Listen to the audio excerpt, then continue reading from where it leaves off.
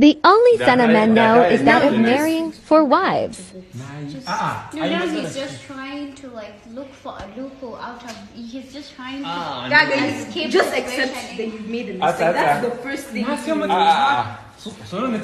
So now apologize. Apologize. Bari mu gani iya soyayyan ka apologize. That's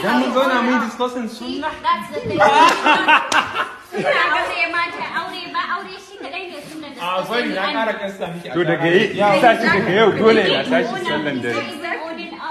I'm sorry.